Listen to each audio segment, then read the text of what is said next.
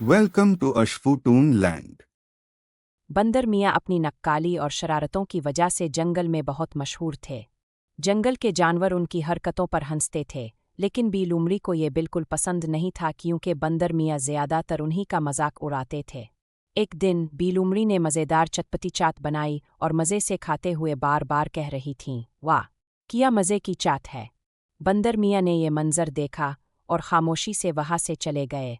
बाद में उन्होंने जंगल के सब जानवरों को इकट्ठा किया और बी लूमड़ी की ऐसी नकल आतार के सब जानवर हंसते हंसते लूटपोट हो गए। बी लूमड़ी को बहुत शर्मिंदगी हुई और उन्होंने सोचा कि वो बंदर मियाँ से बदला ज़रूर लेगी। चंद दिन बाद एक गर्म दोपहर को जब बंदर मियाँ एक दरख्त के नीचे सो रहे थे, बी लूमड़ी ने मौका देखकर उनके चेहरे और कलाई पर कांटेदार झाड़ी मार दी और फौरन भाग गईं।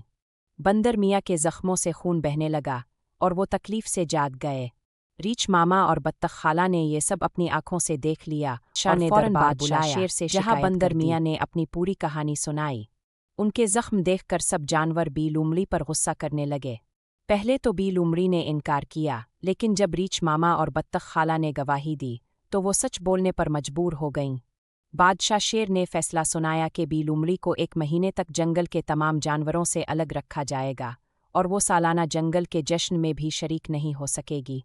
ये सुनकर बी लूमड़ी बहुत अफसरदा हो गईं क्योंकि वो कई महीनों से इस जश्न का इंतज़ार कर रही थीं। जब बंदर मियाँ ने उन्हें गमज़दा देखा तो उन्हें अपनी शरारतों पर अफसोस हुआ। चूँकि वो फितरतना रहम दिल थे, इसलिए उन्होंने बादशाह से बी लूमड़ी के लिए मुआफ़ी की दरख्वास्त की। बादशाह ने बंदर मियाँ की सिफारिश कबूल करते हुए बी लूमड़ी की सज़ा ख़त्म कर दी। इस वाक़ये से बी लूमड़ी ने एक अहम सबक सीखा। उन्होंने बंदर मियाँ से मुआफ़ी मांगी और वदा किया कि वो आइंदा किसी को नुकसान नहीं पहुँचाएंगी। इस दिन के बाद जंगल के तमाम